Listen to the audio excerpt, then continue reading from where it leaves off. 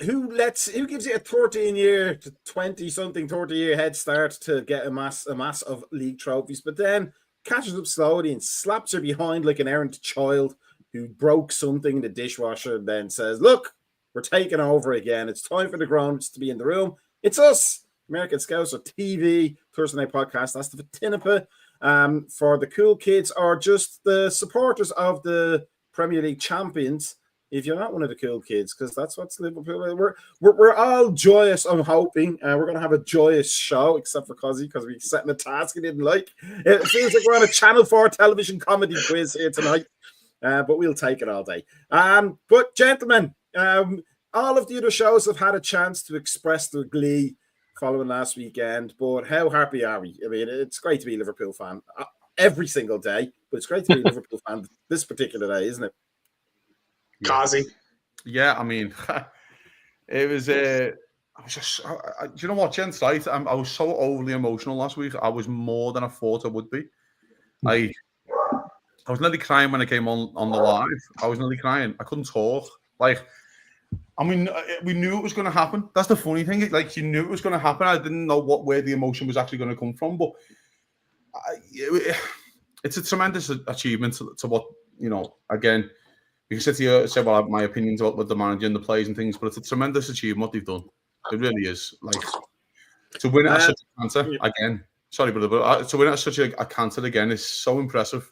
To win it with 4 to go. 4 to go is taking the pit. 12 points on the line still, and we've won it by 4 to go. It's embarrassing, really. Like, in terms of Arsenal, at least. So proud of each and every one of them, fella. And it was a performance, 5th of champions winner. Like, literally 5th for champions, the performance. They were absolutely tremendous. It's probably the performance of the season. That's how good they were. And I can't fault anything about it, really. So, really, really pleased, gents. I couldn't get my words out last week. I kept thinking about, like, what it meant to the people, you know, the city and the people and my family and things who I can't, of course, give a big hug and a kiss to. So, it was just a tremendous, tremendous day. I have the same problem. That's because I have halitosis and body odor. Before we get more in depth because we obviously have to get a resident scout. So let's look at what we're going to talk about tonight. We are, of course, going to talk about the thing that isn't happening. There we go. We're the champions. We're going to speak about that at length because we get to. We have a special transfer committee. We set the lads a task to spend $150 million stroke euros from transfer market values on 3 positions and 2 bench positions. And my word, Cozzy has had an aneurysm trying to figure out how to join the squad. And then we'll talk about the first guard of honor for the season against Chelsea this coming. It's a game that for once we don't even have to care about, and it's great because it's nice to not have to care about Chelsea. That's always a good state of mind to be in. But Brian, let's get to you. You know, we talk every week about what we think will happen. We had periods of minor trepidation about where things may or may not go during the season. But in the end, the replacement for Jurgen Klopp turned out to be a pretty stellar young fellow indeed, and a handsome baldy to boot. But it's a great time to be a Liverpool fan. But more importantly, as Cozzy pointed out, with 4 games to go, we didn't drag it over the line. We thumped our way over the line against Spurs, and that really is a good championship season, isn't it? Oh, absolutely. I agree with what Kazi said. I mean, I think that was like probably performance of the season. I mean, it wasn't really even close. It's kind of like I think Solanke's goal kind of just got us mad. it seemed like the intensity came there really, really kicked up once that happened. So, yeah, I mean, it's just amazing right there. I mean, you know, it's like, I mean, people, I hear some of other supporters there talk about that this is like a off year and things like that. You know what? It's an off year for them because you know what? We did our job. We came there and went through and we accumulated the points that we had to become champions with, as you said, like there 4 matches to run. Arsenal, it's the disappointments on Arsenal, the disappointments on City for being dependent on one player, disappointments on Newcastle, the disappointments on Villa.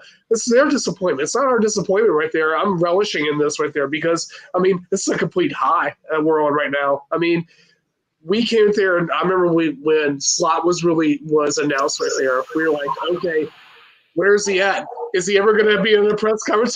I remember Kazi talking about him. It's like, does this guy even exist?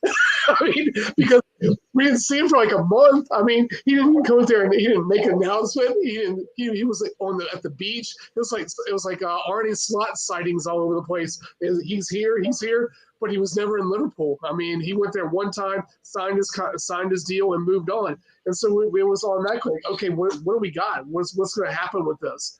But in the end of it right there, it was a very seamless transition right there because there was only tweaks to get made with the squad that was there.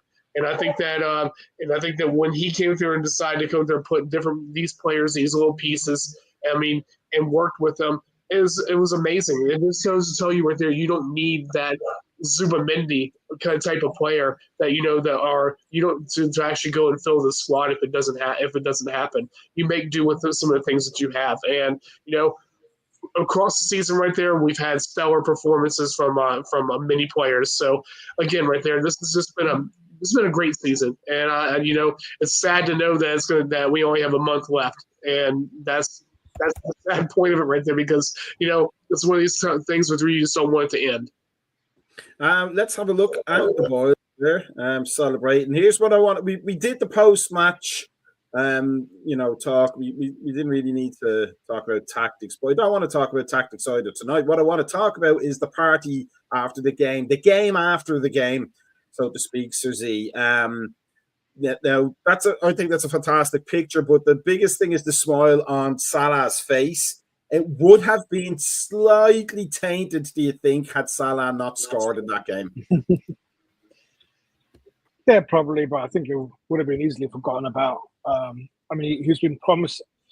You can see how much it meant to him throughout the whole season. Every time he came on with his interviews and his little cryptic clues, and it was just like all he wants to do is win the Premier League. It's the most important thing to him.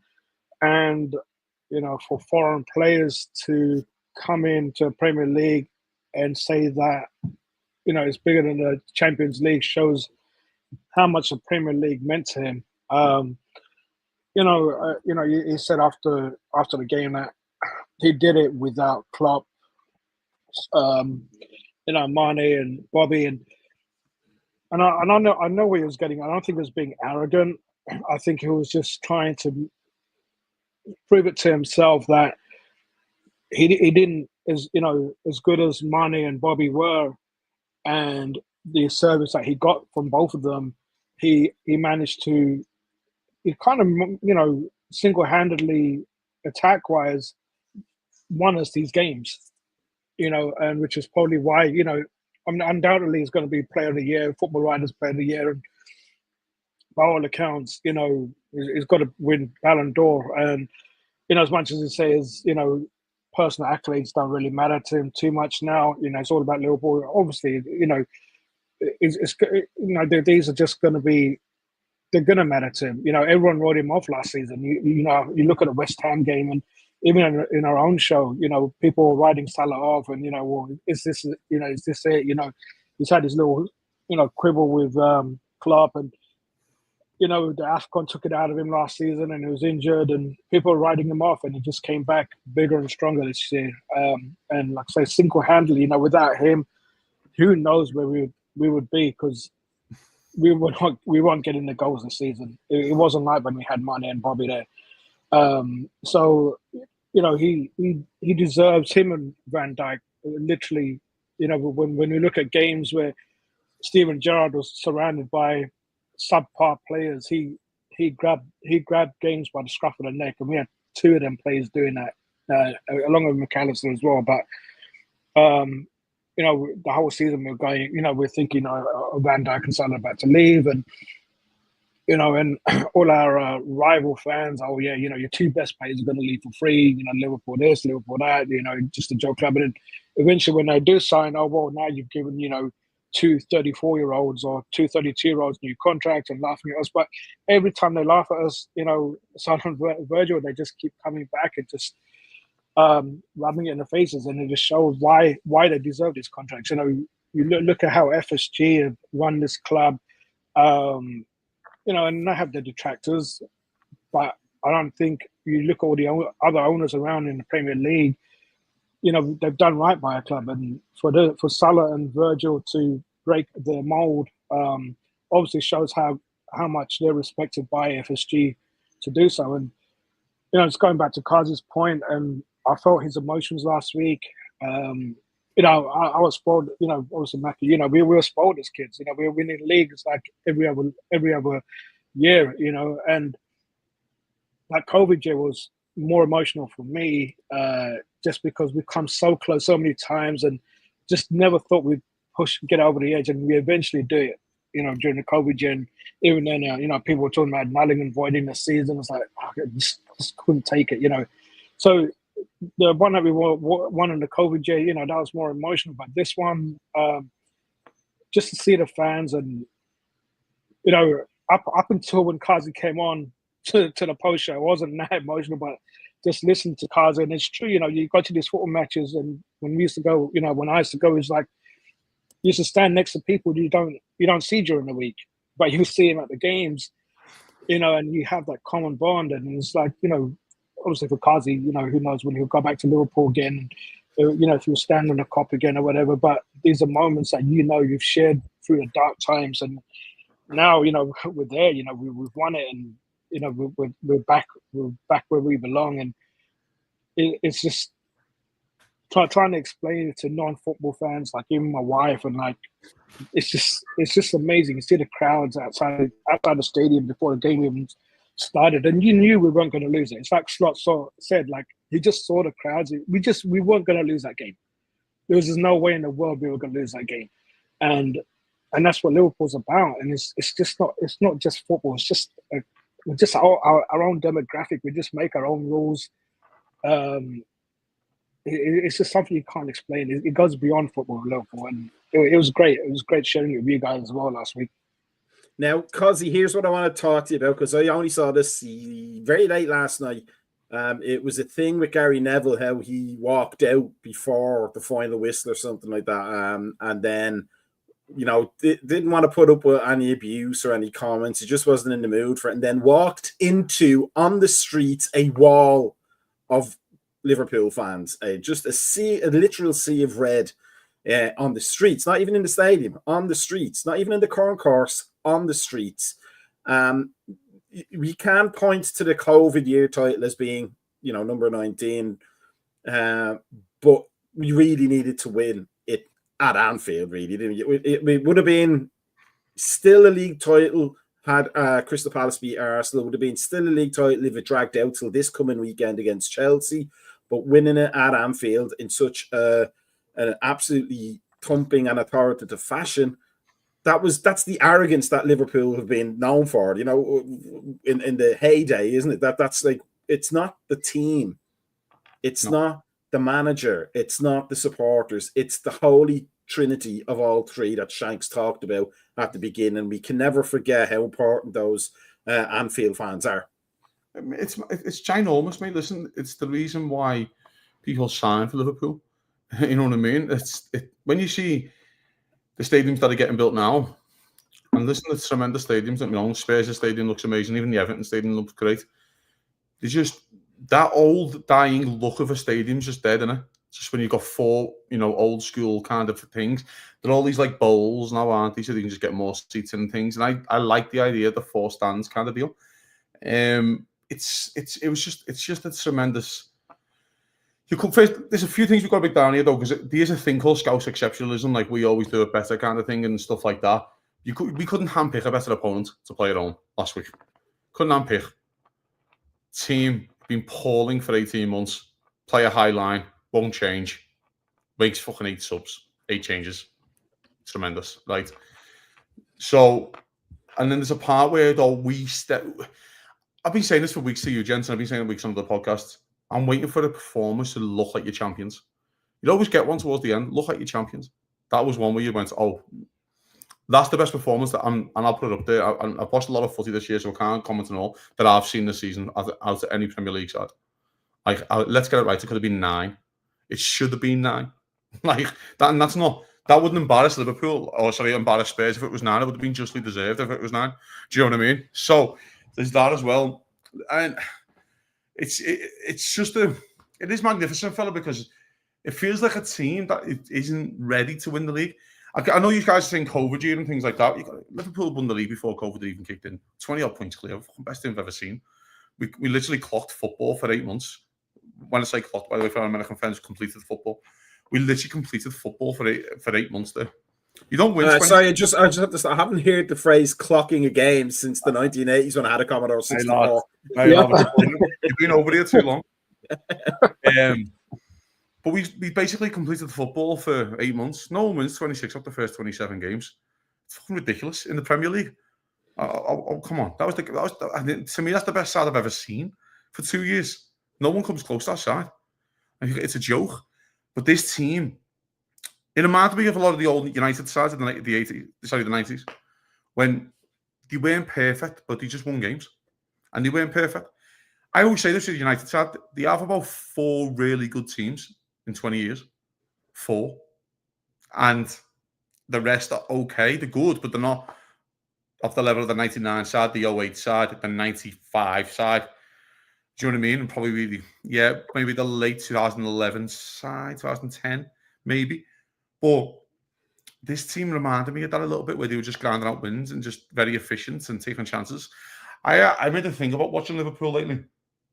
I'm sitting there going, well, they could do with this, they could do with that. Why isn't he making, Liverpool scored? I'm like, we're 1-0 up. You know what I mean? And that's how efficient we've been, do you know what I mean? But it's been amazing. But going back to Gary Neville, fella, I did see the little thing. First of all, it's naive from Sky to even put him on the game. Naive. And number 2, fella, I think he got away scot-free. Because my God, mate, if it was me, I would have jumped him, stripped him naked and hung him from the main stand with his little wiener out. And would have just tied them up on top of one of the lampposts and hoisted them like a pirate ship. Honestly, I would have genuinely, do that like that Anfield zip wire thing where you zip wire down Anfield? I would have done that without the zip wire. Just fucking pushed them off it. Honestly, I think he got away scot-free. I kind of like it, by the way, when he said it was a bit old school. I was like, oh, God, I got old school for you. It got a bit tasty, he said. I was like, oh, nice. You've definitely got called a few choice words about you and your brother. Amazing scenes. And let's get it right. And this is something I always like to remind our fellow fans, as always, is that do not take Gary Neville's opinion on Liverpool as anything short of the largest pinch of salt you've ever seen. Never trust a man who played his whole career at Manchester United have an opinion on Liverpool. It's like, it just means absolutely nothing. It's null and void. And he's literally doing it just to get clicks on Sky. So absolutely, don't worry about it. Who cares what he thinks? So it's really nice, though, that he admitted that Liverpool are finally a more successful club than Man United. Because that must have really hurt him. Brian, now I'm always one for looking at patterns, historical patterns, etc., and nice little narrative echoes from history into the future. There was the big thing about the changeover from Bill Shankly to Bob Paisley was that Shankly left Paisley a young team, a new team that got knocked out with the FA Cup by Watford in 71, and then told Phil Thompson that team's finished. You're the new wave. And sure enough, we got Kevin Keegan. We had still had the experience of people like Tommy Smith and Emlyn Hughes to guide things along. But Shankly was a very Klopp-like kind of all action, get that ball into the attack, as the old thing was attack from the Kop. And then Bob Paisley was a lot more considered, a lot more continental. Like his thing was, we learned in Europe that obviously I can't do it his voice, but we learned in Europe that if you give the ball away, you won't see it for 10 minutes. So why can't we do that to the teams in England? And that's what ended up happening. A lot more passing on the ground, a lot more keeping the ball for keeping the ball's sake, which was unheard of in English football at the time. And we're kind of seeing that echo here now, aren't we? Like that's Cozzy is right. It kind of almost sneaked up on us that we've talked about this on Thursdays, waiting for the other shoe to drop, but it really wasn't ever going to drop, was it? Slot knew what he was doing, changing the style of play so that we could keep our freshness as long as possible and not worry so much about injuries or not worry so much about losing steam. In March, April, and May. We had a bit of a dip, but we came back and we can relax in these 4 games. So there is a bit of that echo, isn't it? It's a lot more methodical under Slot, and you may reap the benefits going forward season after season. Absolutely. I mean, we went from heavy metal football to yacht rock, which I said back in around September, October time frame right there. Has been more calm and calculating, passing the ball, looking for openings, things versus actually going and doing a rush, complete Geigen pressing. I mean, we still have pressing, but it's organized pressing that just goes up into certain spots, but then drops back. It also he's also allowed the other opposition to have the ball. If it's meaningless to us, I mean, to control the ball right there, but then to actually push it when you need to push it, and again, that type of structure right there with which you saw if you looked back at the Fandord previews, like some of us did right there before he got this side, you saw what was going to wind up being right there was going to be this type of football. So and again, right there, you're seeing a comparison right there between Shanks going over to Bob Paisley. I mean, where you saw that rush, and then going back into being calm and controlling. And you're seeing the same, in essence, kind of the same exact way, like you said. I mean, you with control, with having control of the match, taking control. I mean, so yeah, I think that I didn't really think that this was going to be a championship year. I didn't. I mean, I don't think I think Cersei's the only one that really, out of all of us right there, picked it up after the 24-hour podcast. I mean, I thought that this is going to be a transition year. I was pretty positive that we would probably still be in the top 4 in that area right there, but I didn't see us because I think we still had all the pieces right there on the top 4 side. Just said it was going to be. The change was going to be too much for us to make that push. I was wrong, and and I'm glad I'm wrong. So the thing, I kind of agree a little bit. I didn't think we could win the league, but I also thought the league would be won on 90 odd points. But I always thought we could get 80s. I always thought we could get in the 80s. Do you know what I mean? But I thought because that City side was such a juggernaut, still getting over 90 points, I was like, well, let's get it right. If Rodri stays fit, who knows? You know what I mean? But that City have got other problems. Kevin De Bruyne's legs have fell off. Kyle Walker's did at the same time. Walker isn't even there anymore. So I just feel like I always thought we can get in the 80s, never thought we could get 90s. And that it's proving that way. But Liverpool could still get 94 points. I think it's 94, which would be a serious number to put up in your first season. And do you know what I mean? And the one thing I've noticed, gents, and you please correct me if I'm wrong here, when Liverpool won the league back in COVID, I remember none of our players, or maybe I'm wrong, saying we're winning this next year.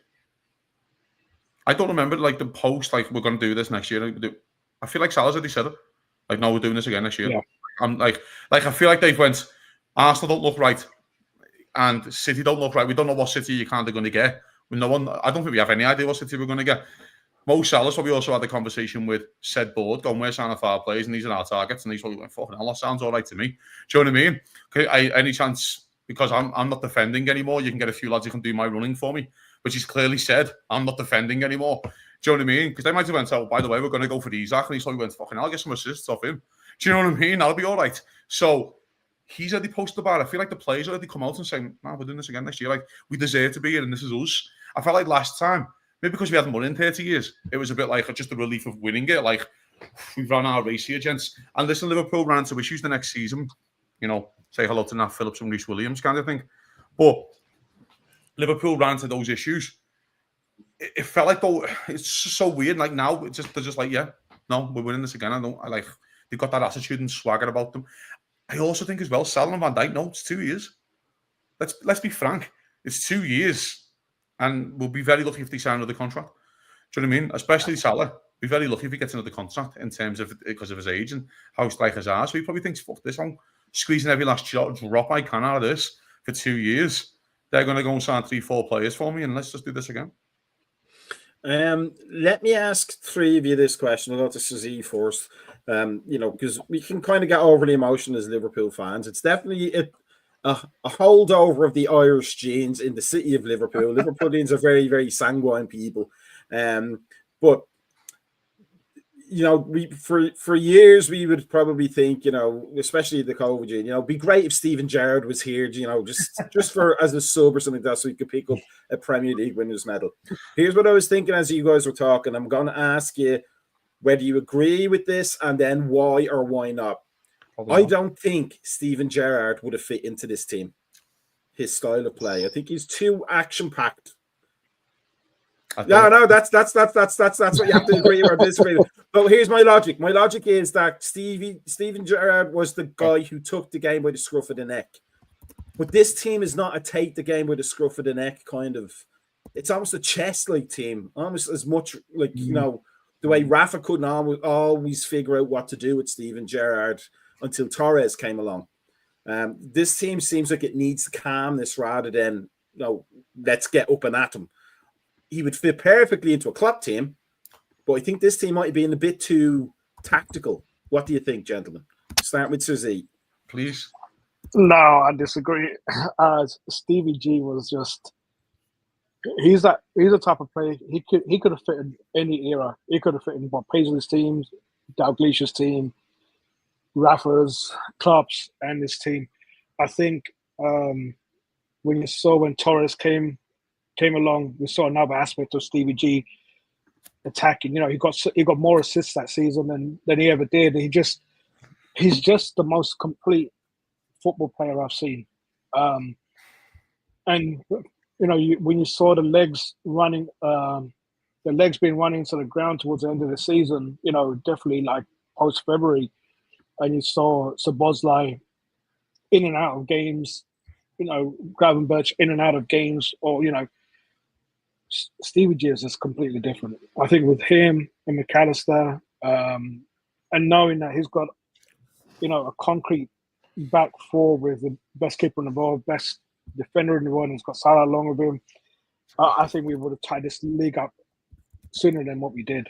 No, Stevie G. I mean, I would say arguably, you know, Salah's probably the best player we've had now, but Stevie G, he's just.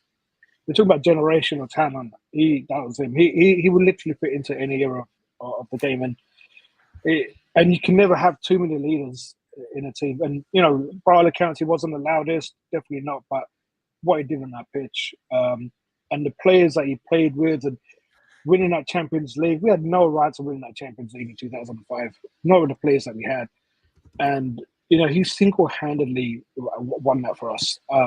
No, I have to disagree with that. Let me challenge you, though. No. He, as you say, he played with some less than super talented players in That's a very nice way of putting shite. That's a very nice way of putting shite. Well, let's think about, like, you know, the big thing of him coming off the bench under Roy Hodgson to win a European game. You know what I mean? That kind of level of player that you have to deal with. He couldn't fit into the England team when he had better talent around him. Mark, that's all the shite. Mark, honestly. The England team played a rigid 4-4-2. If they just went to 4-3-3 and played Scholes, Lampard, Gerrard. But he played a rigid 4-4-2. But he played a rigid 4-4-2. But he played a rigid 4-4-2 Liverpool under Julian.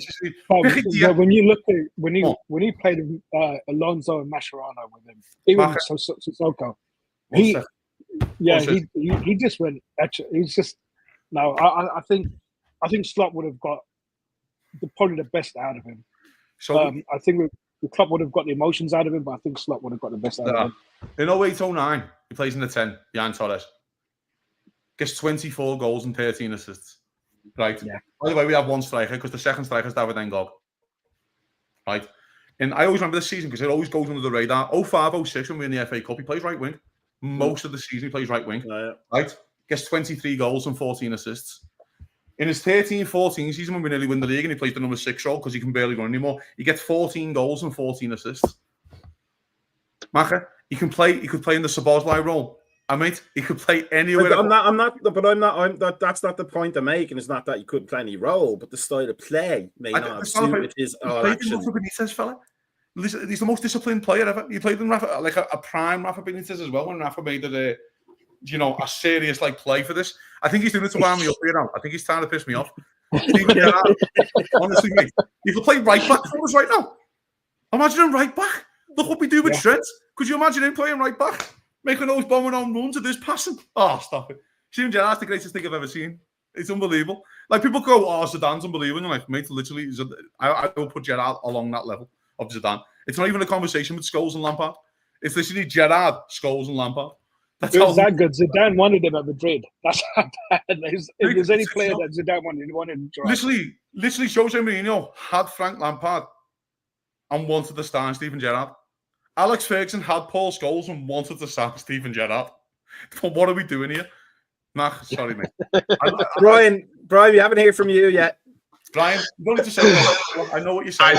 I'm listening to both of what you said right there, and I'm with you, both of you, because I really honestly think that right there, that I would not be less frustrated with Szoboszlai out there and having Gerrard in that position right there, making those runs and actually go there and doing something and committing, actually shooting when it was meaningful, different things like that. I mean, those are things right there that I saw. Imagine having him and McAllister alongside each other with an anchor behind him right there. Freaking incredible. I mean, again, right there, I agree with what Kazi said. He's a generational talent. I think you could probably put him in any spot in there. You could put him in, and I think he would flourish. I mean, even put him over on the side right there. I mean, I think you could probably actually go put him over onto the left side. I think that he would be okay on the left side right there, just because of what he would do. And imagine right there having a player that would have that type of impact on a match. Plus, also, I think the one role, and I'm not going to go out there and bash a player right there. But for a person right there who cares about this right here, that's all that counts right there. And I see that out of Curtis Jones a lot. I see that out of certain players a lot right there. But again, right there, having Gerrard in there versus another Scouser that's in the side at the moment right there, it's a different feeling to me right there. Now here's how we do that in the broadcasting world. Gives us a nice segue. Except for Cosy now, he's gone to the Man United podcast now. By the way, Alan's comment about watching Gerrard in this United side. Do you want to see all those? Hang on. He would do great in that because they actually have somebody who can drag them to wins. Do you when you see all these plaudits for Bruno Fernandes this year, going, oh, he's been amazing, but he's in a really bad side. Liverpool haven't finished less than 8th. Yeah, 60 years. Steven Gerrard played with the worst side and that. And by the way, dragged him to a fucking European Cup. So let's not, you know what I mean? Because trust me, that side was awful. It's the worst side to ever win the European Cup on paper. By the way, playing against one of the greatest sides ever assembled. And by the way, Steven Gerrard plays right back for extra time and he's unbelievable. So I just think, again, that's where those leaders come from that we don't. And this is a bigger, broader aspect of a conversation, I suppose. That's where those leaders come from in football that you just don't have anymore. That's why Van Dijk's worth every single penny. Because those leaders are just missing in the current game. And when you get one, you just got to fucking latch everything you've got onto them, man. Because I look at players like Tonali at Newcastle and think, proper leader. Like, really good, drags, they can see, do you know what I mean?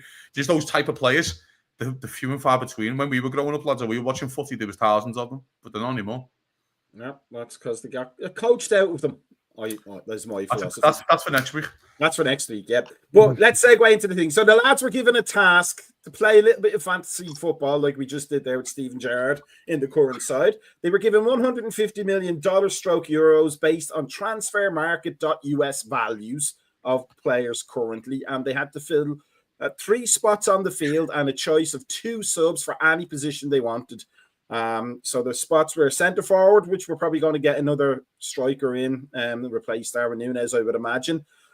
Let's just assume we're going to need a right back, and we probably need a left back anyway, even if we retain Robertson as the backup player. Not a bad backup to have as far as I'm concerned, but definitely coming to the end of his starting left back era, I would imagine, with his age, etc., and the kind of loss of speed. But not a player you want to lose spirit-wise, because he looks like he's the heartbeat of that team sometimes. He's incredibly funny. But and then 2 positions from any position you want. So we're going to have the lads look at their picks and then justify them and then discuss them. And we'll see who Richard Hughes, if he's watching tonight, and he should be watching tonight, will be calling up to say, come and join us, because I have no idea what I'm doing. So first one is Brian's. Come on, the Brian. Let me just expand that a little bit. So talk us through your team there, Brian. Okay, so Jesus, I'm kidding. Go on. So I'm basically going with Benjamin Sesko right there because I think and with Kanate right there, this is coming from the Red Bull lineup. So you have one at Red Bull Salzburg, one at Red Bull Red Bull Leipzig.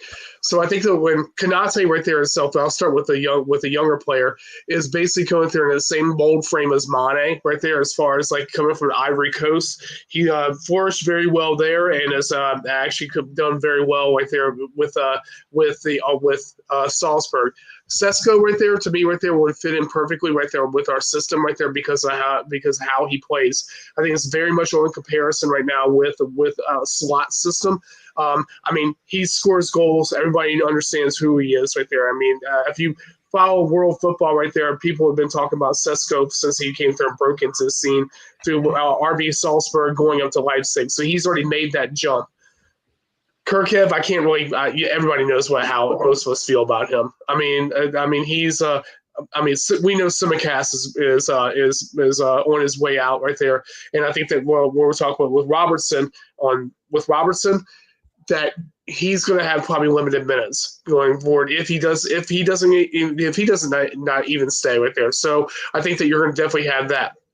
Lima is a very 18-year-old Brazilian right back right there who will provide a proper competition for Bradley. And I think that that's what you have to have, because I think that we don't have a person who's sitting right now and currently in right back that can press with Bradley if Bradley's going to be the person who's going to start if we lose Trent. So, and then it leaves me with Dan Neal. Dan Neal is Jordan Henderson, number 2. He's in the same type of mold frame. Very well passing player. He was a foreign player of the month right there for Sunderland. He's been a Sunderland through and through his career, and his control is immense. I mean, so there's a lot of things. He's 23 years old right now, so he has a long ways to go ahead of him right there, and I think that he's already been touted through both Villa and through West Ham right there of picking him up. So I think that that for him to go back and learn the trade right there with us as a 23-year-old, which still has a lot of football to learn. I mean, I think that would be a good pick. And we see the same thing about Henderson when Henderson came here. That he's a player right there who has worlds of potential right there and who just needs to have that right guidance. And I think that a player like him right there could go that, especially on a cheap right there for $6.5 million. Now, here's what I want to talk about with that is that we have talked about Kerkez a lot, Kozin Suzy, during the season. That would be a great bit of business if you could get that done, wouldn't it? Yeah.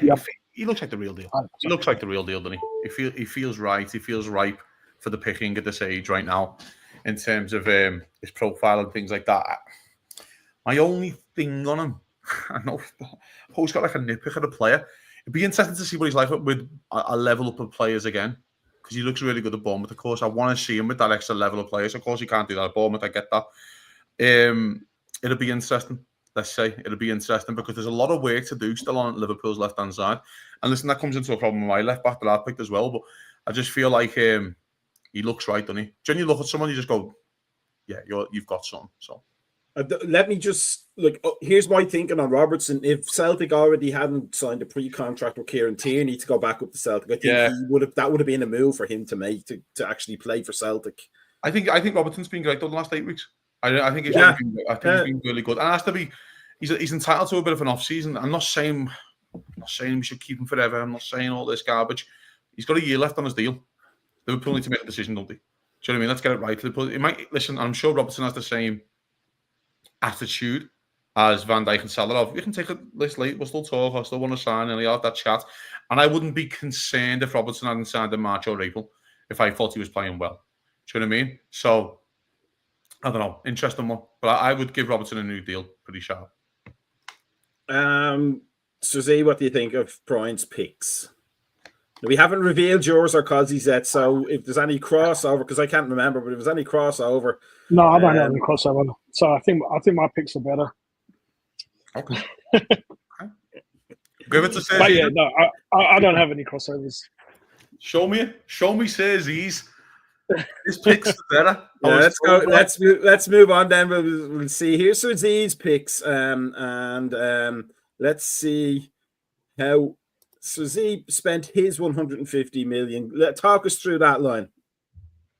All right, so I'm picking Nuno Mendes for left back.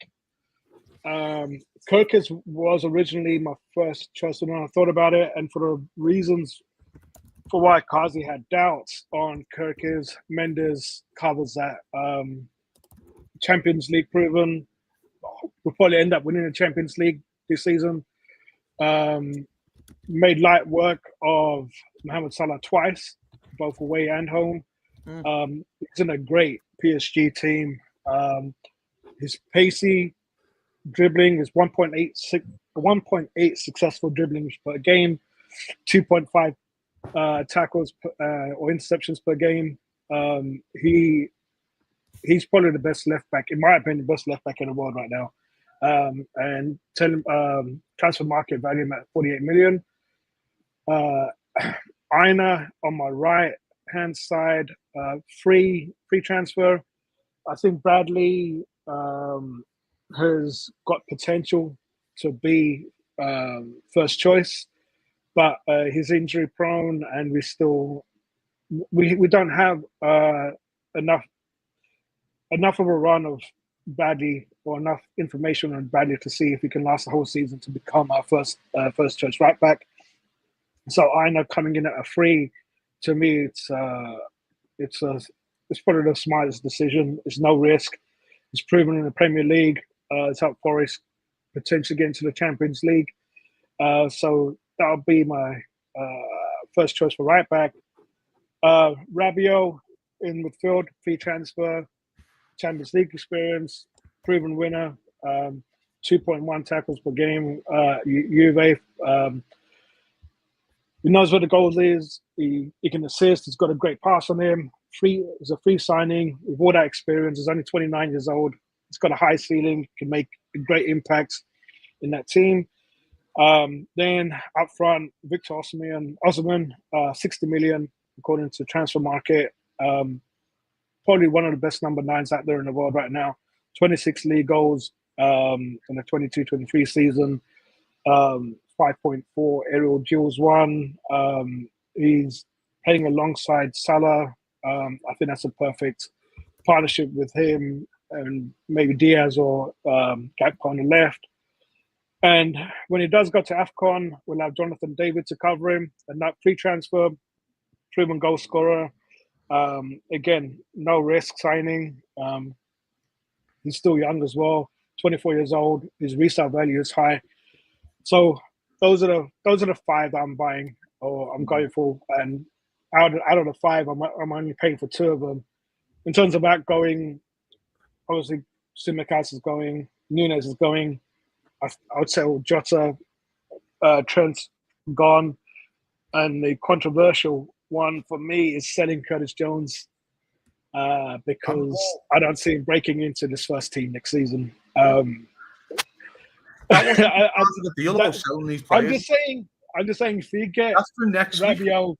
If you get Rabiot, that's why I'm selling Curtis Jones. But anyway, those are my decisions. Can I break this down first? So, can you bring his team back up? Thank you. Rabiot's got a year left. I thought it was on the free. So, unless we can go and ask Marseille, a lad who's got 12 goals and assists for them this year, hey, can we have him for nothing? I don't think that could work. Big fan of Aina. Big fan of Nuno Mendes. Don't have no issues with that. The Osimhen one, Jesus Christ, he has more fucking baggage than fucking an airport. I cannot be arsed with him. Love him, by the way. Think he's a top player. But I just can't be arsed with him alone. He just seems like he's a bit of a dickhead. But I think he's unbelievable.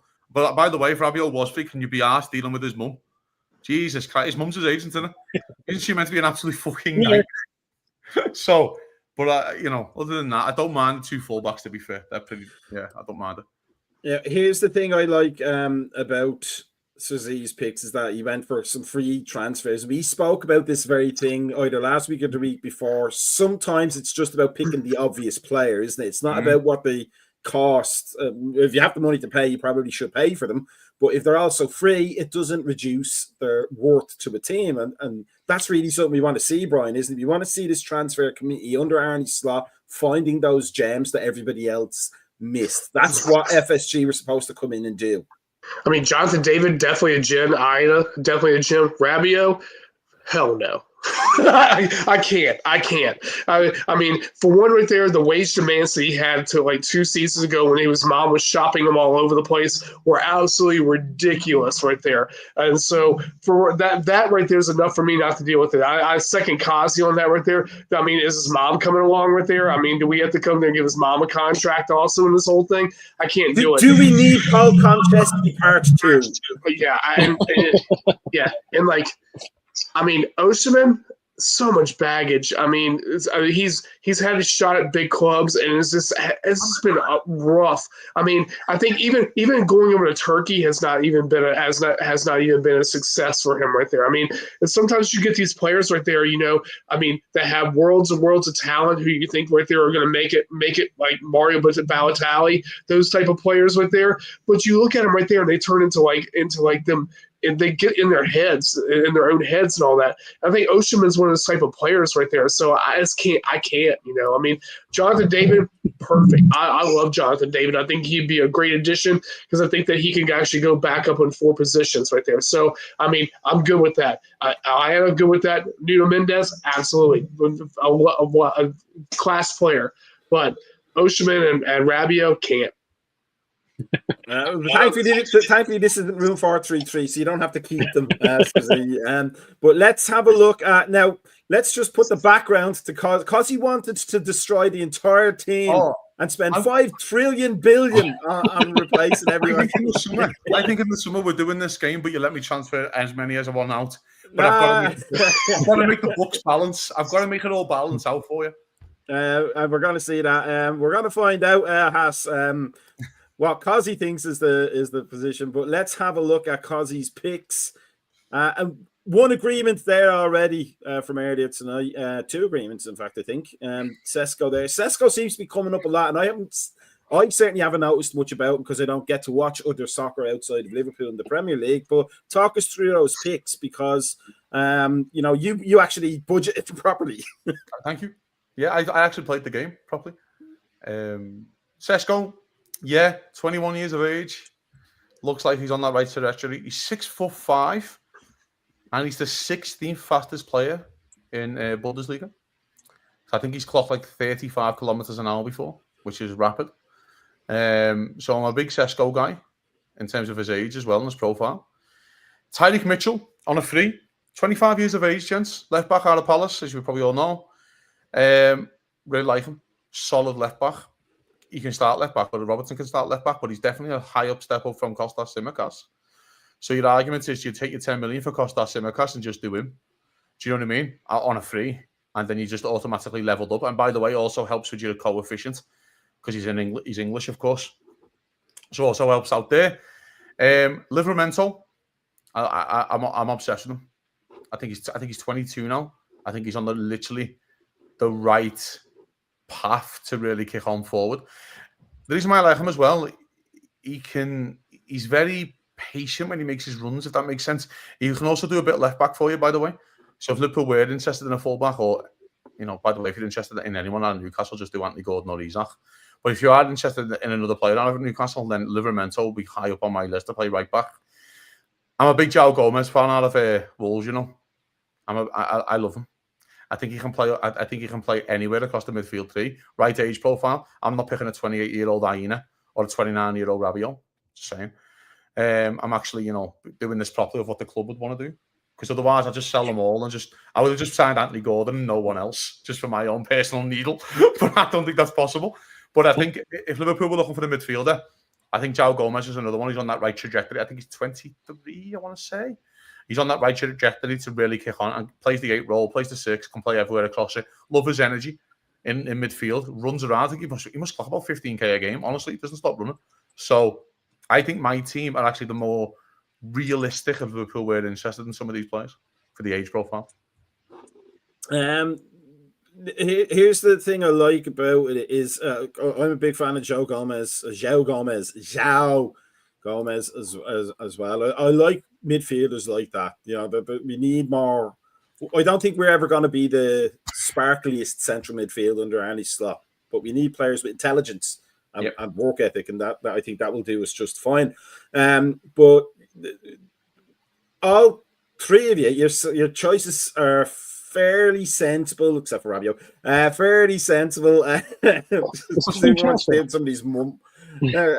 What position is my kid playing? That's what it would be like. It would be like coaching a kids team. Why is my kid not starting? Why is my kid not starting? He's literally like me on a Football Manager. Just literally get loads of lads on freeze and let me just go and buy Isaac and go from there. Which I'm surprised Cardi didn't say Dewsbury Hall. I thought for sure he was going to go. I'm the biggest Dewsbury Hall fan ever. My love will never die for Dewsbury Hall, but I just don't think he'll fit in. And I think he would. I'd love him in that 8 role, but I'll take João Gomez instead. I really like Mitchell. I really like that. I really think that he's a smart player. I mean, he's a very solid, and it's a good return for your money. Yeah. Let me ask you this, boys, because look, we've all noticed Mitchell this season. He may walk away with an FA Cup winners medal in his back pocket as well, but we are. If just being Liverpool, winning the league is probably the best thing we could do to get a player like Tyreek Mitchell, because if he's on the free, he's going to have suitors. And what better way to do it than say, look, there's a spot here for the next league champions and possible Champions League winners as well. What about it? We couldn't have come into this kind of transfer window in better shape, could we? No. In terms of selling the club. And if you're also trying to attract footy players, that's why Van Dijk and Salah are there. Actually, I keep saying it all the time. If you're centre half and Liverpool are coming in for you, and you go, look what he's done with Canate. He's literally captained this country, captain France, by the way. He wasn't captain fucking Hungary like Sabozlai. He's captain one of the biggest nations in the world. Like, do you know what I mean? Look what Mo Salah can provide you. If you're a number 9 and Mo Salah looks to get 20 assists this year, and he probably looks at the compilations and goes, "Hell, Darwin Núñez has missed 15 of them in the last 2 years." Do you know what I mean? Like, imagine how many goals he can provide me. Do you know what I mean? So I think Liverpool are in a wonderful position. I really do. And again, if you're looking around, gents, and this is genuine as well, if all the wages match between City, Arsenal, and Liverpool, who do you want to pick as of right now? You'd look at Liverpool and go, well, actually, that looks like you can go. Yeah, back. You know what I mean? but that's a good point to make, because City could be about to fall apart, aged out, and Pep just maybe another year or so of the stress. They haven't had a build for years. Yeah, Silva and De Bruyne. Since what time with Pep, Silva, De Bruyne, company, we're all there. Aguero, they were all there. Well, this is his build now. De Bruyne's legs are gone. Silva's not. Bernardo Silva looks like he's on his way out. David Silva's gone. Yeah, Kyle Grealish is probably gone. This is Pep's build now. What does he do? He looks like he's got it right with Marmoush. The jury's still out on Nico Jimenez, is it? I can't remember even his middle name. So the jury's still kind of out. Do you have a big decision, City? Because you've got Grealish knocking about. You have a big decision on Ruben Diaz because of injuries and players like that. John Stones looks like he can't run anymore. They haven't played a left back for 3 years. Do you know what I mean? Nathan Ake looks like he can't run. The keeper's finished. I just think if there's so many question marks about City, I think if all wages match, I think Liverpool, and this is not being biased, look like the best prospect. But then on top of that as well, Arsenal they're bottlers. Would you really want to go and be managed by Mikel Arteta over Arne Slot? Unless Arsenal win the Champions League, if they win the Champions League, they've got a little bit of kudos about them. But if they don't do that, then I don't think they're getting past PSG, so I don't think they have to worry about that. That's fair, and that's fair. But the 10 bottles gets thrown out of it. So Liverpool finish on 94 points. Mark, it's fucking 94 points at the end of the day. Do you know what I mean? Of course, they could have challenged Liverpool and they could have been closer. But Liverpool can get over 90 points. It's a ridiculous amount of points. Yeah, and by the way, but the reputation is not just for this season, really, is it? So they just can't seem to get over the line. Under Arteta. And that's a fair comment, but also Liverpool struggled to get over the line. Like, let's be frank here. Liverpool did a little bit. Liverpool lost in the Champions League final. Liverpool got 97 points in the league and didn't win it. Yes, of course, win the Champions League, and that's what Arsenal still might do. But if Arsenal beat Real Madrid over 2 legs in the Bernabeu, that's impressive, man. I'm just saying, football sometimes, fella, I think we have this stereotype where I think it's the social media stereotype a little bit, because again, it's all action packed. There's so many arseholes on social media, which doesn't represent the real fan base. I just think sometimes, fella, if they lose in a tight game to PSG, it's not Liverpool went out to a tight game to PSG. Are we bottlers? We won the league on 82 points. Is that bottling? Yeah, there's a big difference between Liverpool and Arsenal. Like, you're talking about reputation around Europe. no one wants to play Liverpool, regardless of whatever year. You know, we are a bigger club than Arsenal in every single way. You look at this season, and I know Brian was like saying earlier on, you know, Newcastle and Villa, they've got nothing to complain about, you know, whatever. I think we made friends along the way this season. Everyone's out for Man City because of the charges. Arsenal will do everything they can to piss everyone off between the fans and the way they play the games, going after referees. Yeah. You know, Newcastle have improved the season. Forest have improved the season. Everyone's trying to base this season according to Man City and Arsenal falling off, but everyone else has improved, except for obviously Man United and Spurs. But we've made friends across along the season. We've made friends. We've got a manager that doesn't piss anyone off. You know, Klopp made his enemies, or he wound people up the wrong way, whatever. Scott didn't do that. You know, we went into this season buying a player just for the sake of buying someone, and it wasn't even used. It made no difference to that team. And I think potential players are going to want to see it, especially World Cup coming along, and you know, you see Salah probably going to win Ballon d'Or. We've got the best goalkeeper in the world, best central defender in the world, and we've got leaders all across that team. You know, Alisson's captain of Brazil, Virgil, Netherlands, Konate, France, Robertson, Scotland, Endo, Japan. You know, McAllister probably be the next captain of Argentina, Salah captain of Egypt. The whole team, even ethics-wise and just personality-wise and everything, it's just a team that anyone would want to go to. So I think really the one thing that's really that's attractive right there is that there are positions that you can ascend in, and I think that especially the thing right there, you know that Nunez and Jota are probably gone. You know that you also you know that Costas is probably gone. You know that somebody in that midfield is probably gone. More likely, probably Harvey's probably not going to be that person. You know, I mean, you know that there's positions right there where you can actually fill in. Some of the academy kids are not going to make it. I mean, it goes back to like the other thing. I don't think Tyler Morton's going to make it in this side. I don't really think that Ben Doak is going to make it in this side. Because I think the injury that he had at Burrow pretty much kind of was kind of a nail in his coffin with his Liverpool career. So there are positions right there that you can actually go and achieve, and you can actually go and ascend in right there. I mean, I think one of the biggest things that we have to look at right there, even with the whole transfer window, which I think really wasn't one of those positions, is we have to come in there and look at another center half. There has to be another center half in this picture right there, because that right there is we were like at one point like a thin line right there of coming there and being into some severe trouble with that position with injuries. So those are things right there you have to look at. I think keeper, you don't look at that, because I don't think Marshavelli, I think he's gone. I don't think that, like I said at the beginning when he signed him, that he probably never put on a Liverpool kit. I don't think he is, because I think Alice is going to sign a deal. And I think Alice is still, and I think that was kind of what was meant by the goalkeeping coach this weekend when he made his comments right there, that Allison is happy, Allison is content, Allison has more years in it, years. So I think that Jaros will be there second him. I think you're probably going to wind up having Davies or one of these kids down by there, but I think Marshavelli's not going to come. Yeah.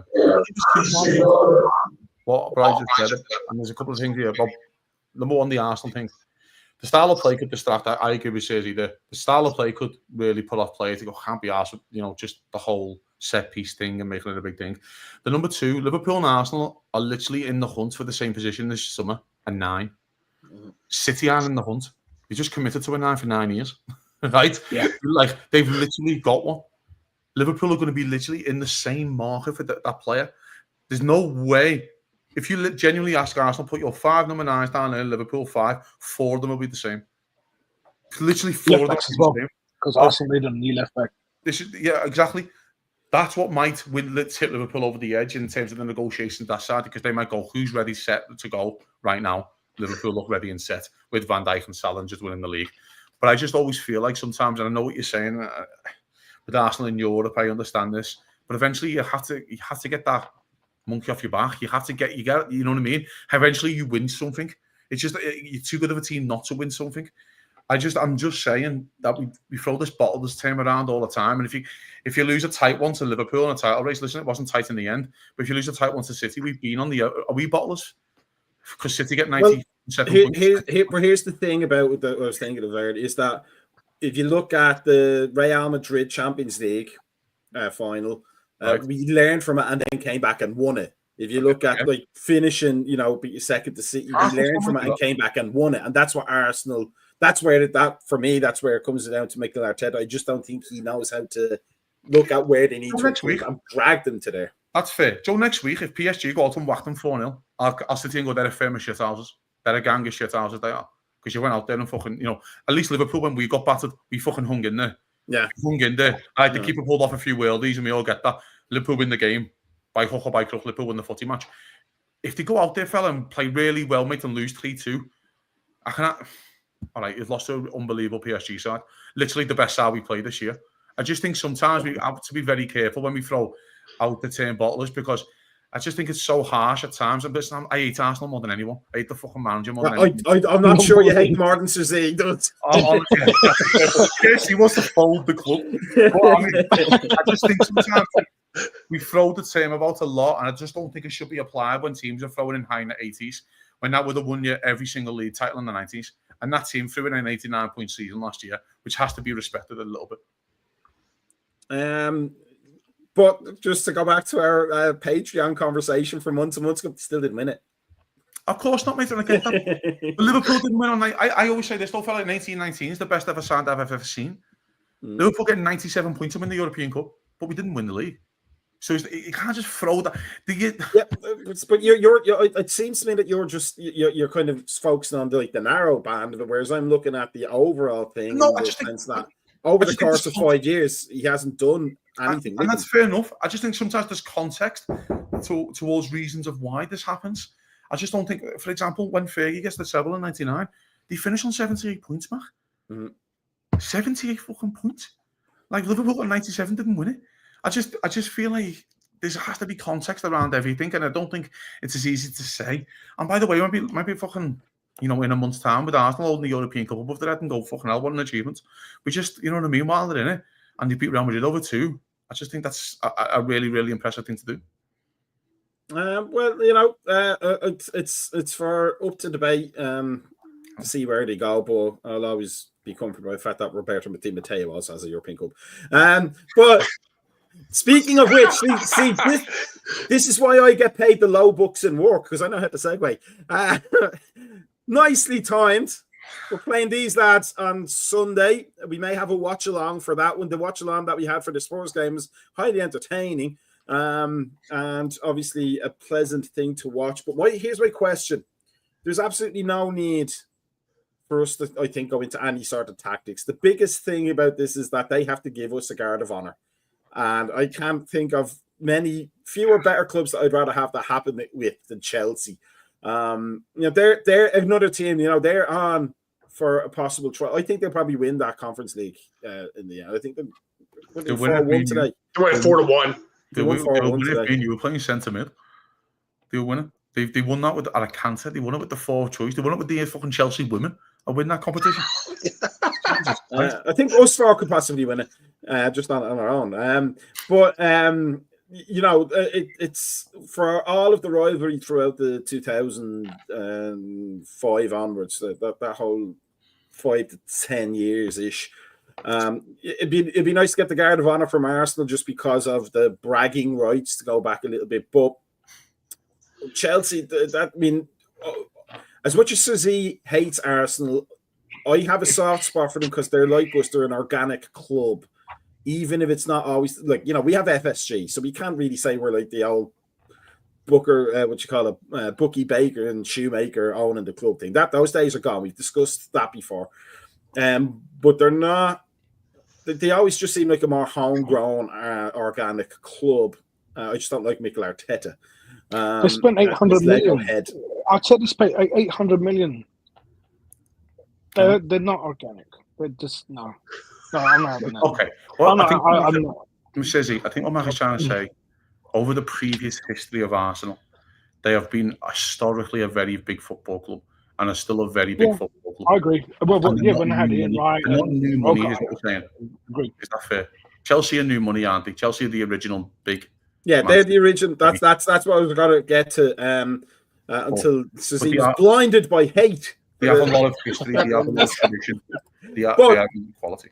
Chelsea really are the ones that started Abramovich. I think I know because he made a good point about Blackburn and Jack Walker. But he was still a local boy who wanted his club. Local boy done good, eh? Done good, yeah. You just happened to do very, very, very good. But there was no connection between Abramovich and Chelsea, really. It was, that was the. Well, he was going to buy Spurs originally, but they rejected him. He was going to buy Liverpool. He was going to buy Liverpool. The deal was when Liverpool played Chelsea in 2003, and the winner finished in the Champions League. Remember? Jesper Kronkrier scored for Chelsea. Yeah. We finished fifth. They finished fourth. He signed on that year. It was always a big thing. He wanted the team to play in the Champions League, and he picked basically Liverpool or Chelsea. And Jesper Kronkrier scored. There you go. I know. You're supposed to get John Terry that season. So I think Sammy Appiah scored that game. I can't remember the score. Sammy Appiah definitely scored 2 equalise, and then Kronkrier scores in the second half. And then about 3 months later, he signs thingies for them. Back then. I have to say that's a very local reference there, Alan. The pie mash and liquor. It's not what you think if you're not from London. It's not liquor. It's a fishy gravy, if I remember correctly. But on the note that FSG have kind of, as much as we've complained, they've run us judiciously. Whereas Chelsea were spend until they bought 100 players, and they really need a head screwed on, to be honest, with Bruce. What's his name again? Bowley. Todd Bowley. Todd Bowley. Yeah. Taking over with that style of management of let's just try and change the sport that has been going for hundreds of years, and change it to an American style so we can understand it. There's no better team you'd rather have open up. I don't think your first guard of honor. But what do we think, lads? What do we think about the game? I don't care. I want to win the game. Obviously, it'd be nice to get those 90 odd points. But I don't think these lads. I think this is going to be like the Spurs game. These lads aren't going to play with any stress whatsoever, are they? No, I'm really into the idea of when Chelsea have got the ball, the Liverpool players are still hungover, going every time they pass it on the pitch. I'm really into that. I don't care. I genuinely don't care. The job's done. And before people get all on the high horse because Liverpool lose a game, no, it's never nice losing to Chelsea. Of course, it's not going to be nice losing to Arsenal if that ever happened. But I don't care. These lads are, if the intensity isn't at 100%, are we really going to sit here and really dig out our boys? Do you know what I mean? Because you know what I mean. He says you can sit there and nod your head, fill it up, but the job's done. Honestly, end up on that pitch, running because I want all of them. I'm banging to start and Jarros.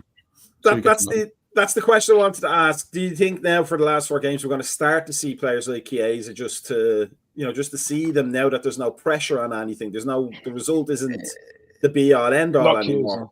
Probably not start. Probably not start. He definitely won't start, but if he doesn't play in these 4 games, that's clearly an issue. He only needs one thing, doesn't he? He only needs one game, and he'll get it. But he'll get that. I think I want to start Jarros the last 4. Just so we get the medal. I'm banging into it.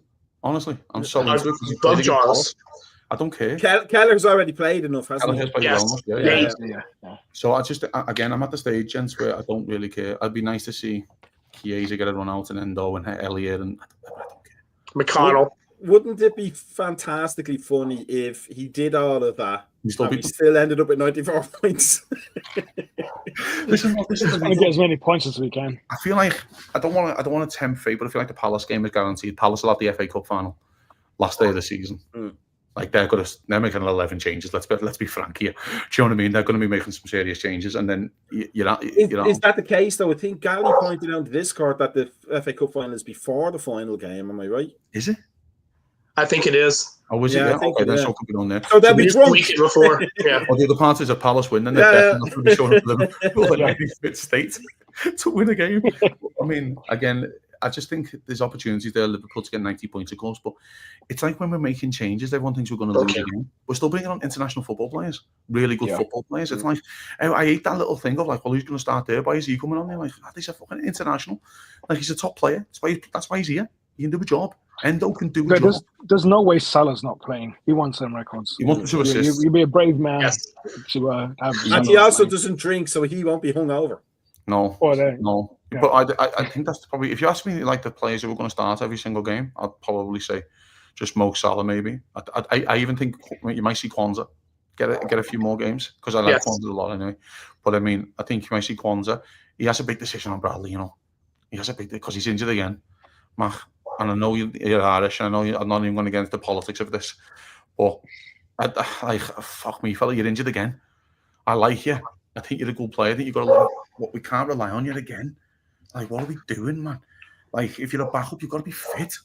So he does a lot like how it was with Nico Williams. Same thing right there. Loved him as a player right there, but he just couldn't stay fit. I mean, you know, and I wanted Nico to succeed so much in the squad right there. Same exact thing right there. I mean, right there, you can't. I mean, and the big run of the picture right there, it's about business. I mean, it's about doing the job and stuff like that. But as far as like the way Chelsea have more to play for this right here, because I mean, being fifth right now, tied level right there with Forest. I mean, with that, I mean especially now Brentford won today as well, didn't they? Yes. So I mean, so you throw that in the mix right there. I mean, they have to go there. Okay, so conference guarantees Europa. Europa doesn't do anything for them right there. So they have to finish at top 5 / I mean, right there, our top 6 if a English club goes and wins the Europa, which is probably going to happen now. But that's only going to be one of those sides. Either Spurs or United, 14th and 15th will being in the Champions League. What else is a laugh? I mean, but I think that really the point right there is I don't care. We're done. I'm like with Kasi right there. Play people right there just to get them to have a chance to get that medal. You know, I mean, right there, you know, because this participation that they've done throughout in the squad, in training, in matches to build the squad to where we're at right there. I mean, it's a thing. And if some of these players don't get it right there, then that kind of tells you where the direction that they're going. They're probably not going to be here next year. I mean, there's a respect element here, I think, for the players. Yes. The squad players. There has to be a bit of a heart and a bit of a respect element of like, you've been professional throughout. You're deserved. Like Endo deserves to start the next 4, and like because he talks about his professionalism all the time. Do you know what I mean? Like he literally speaks about it all the time. I just feel like there has to be that kind of respect for certain players. Gerald Kwanzaa and Chiesa, and you've caused no issues. You deserve a lot of the bulk of these minutes, and I do think we'll lose the game. By the way, I do think we'll lose. I do think sometimes football matches are just a team wants it, needs it more than you. They just understand. I was going to ask what price would we get for a Salah hat trick against this old club that didn't give the chance that we gave. A lot. I just think sometimes a team needs it more than you. But by the way, I do think these games will be proper basketball games. These next 4. Be a bit of a bit park game. It could be just an absolute wild. You know, you'll see a few 5-3s, for example, and everyone will go, "Oh my, why are we defending like this?" Because no one's asked. No one cares. And Liverpool were there when it mattered and played well when it mattered, and now it doesn't. So. Well, here's the thing: the transfer window opens up June 1st for like 10 days. For the week, opens for the week, closes so for the week, and opens again. I think I don't know if it's going to risk some of the players that we're going to sell, like Costas and Nunes. So, you know, you look at these last 4 games. I think that the players that are on the periphery of maybe staying, I think he'll end up playing them. So players like Endo, Elliot, Jones will probably, probably see out the rest of the season. But yeah, it's still a big end of the season for us, just to see like which players he's going to keep. The last thing on this, for me at least, anyway, I think I agree with you, Lance. By the way, I think his last the one where he wants to get all his 11 on the pitch is Arsenal. I just think he wants to get he want to get his main 11 on the pitch for Arsenal just to beat them. But I think the others, I don't think he can give a fuck. Honestly, I think like for example, play like Gravenberch, who's been ran into the fucking ground. Can't you just give him a week or 2 off? Do you know what I mean? Like it doesn't matter because he's going away anyway. He's got to build his body back up. That's what pre-season's for. It doesn't matter if the season finishes now or in 4 weeks. It makes no difference. Do you know what I mean? So I don't know. I just hope we do see the likes of Endo and Elliot because no problems at all, no issues in training. You know, there's no being, and there has to be a respect element. Because if you're trying to sell a story, by the way, and this is a bigger aspect of football, if you're trying to sell a story of you're a part of this or we're all in this together, it's 25-man squad, and so play them then now when it doesn't matter. Play them. We'll see how it goes. But we will also obviously we'll have a pre-match and a post-match, and possibly a watch-along. You have to keep an eye on all of the messaging routes that we have, such as if you do this, following us on YouTube or on Facebook and Instagram or on X or on Blue Sky or Mastodon and all of that lovely stuff. Or join the Discord channel, or watch the morning coffee show tomorrow morning. You know, if you do all these things, you'll get all the information. Either way, it's going to be entertaining. Whether we win, lose, or draw, I don't think anybody cares about that part now. What do you think? I'm going with me Salah hat-trick. I'm telling you that now. That's my. I don't know whether it's going to be 3-3 though, or 3-4, or 5-3, or 5-3. Yeah, but I think he's going to want to score. I reckon if you offered Salah 5-3 loss now and he gets a hat-trick, he'll take it. He gets a hat-trick, yeah, he'll take that. He'll take that, no problem. But you know, one thing, a relaxed side's a dangerous side. I mean, it really is. I mean, it could be. I mean, it could be. So guess what? You know what? We'll just play our game. You know, no stress, no worries. I mean, like Macka said right there, that could be a Salah. Salah could tear this whole side apart right there because again, Chelsea's got lots of issues right now. I mean, you had a hot streak Cole Palmer that's like cold right now. By the way, I'm banging into the idea that we just start in the same midfield three and I can just turn the telly off before it kicks off. Yeah, I think we'll all do that. I'm fine, thank you. Right, so with that said, thank you for sticking with us tonight, and thank you to the lads for their, let's say, nearly last-minute entries into the formation transfer things. But we got it all done. It was highly enjoyable. We'll bring 4-3-3 back next week. As we get a career headlong into the end of the season. Thank you all for joining us and watching us. Big shout out to Trevor, who gave us a nice like to see our own compadre there. And for everybody else, it's great to be a Liverpool fan. You've nothing to complain about in life if you're a Liverpool fan, except for Saturdays or Sundays or Wednesdays in the Champions League. You know, the days when we play. Other than that, it's to answer Alan's question, it was Diaz. Yes, but that was in November. Was it October, November? Last Premier League was. What'd you say? Last Premier League hat-trick was Salah versus Man United. Yeah. So yeah, he's due one. He's due one. But let's I just saw that bit. Let's wrap it up. So very, very quickly. Peace out. Enjoy the weekend. It's great to be a Liverpool fan because we are the champions. Here's the funky music.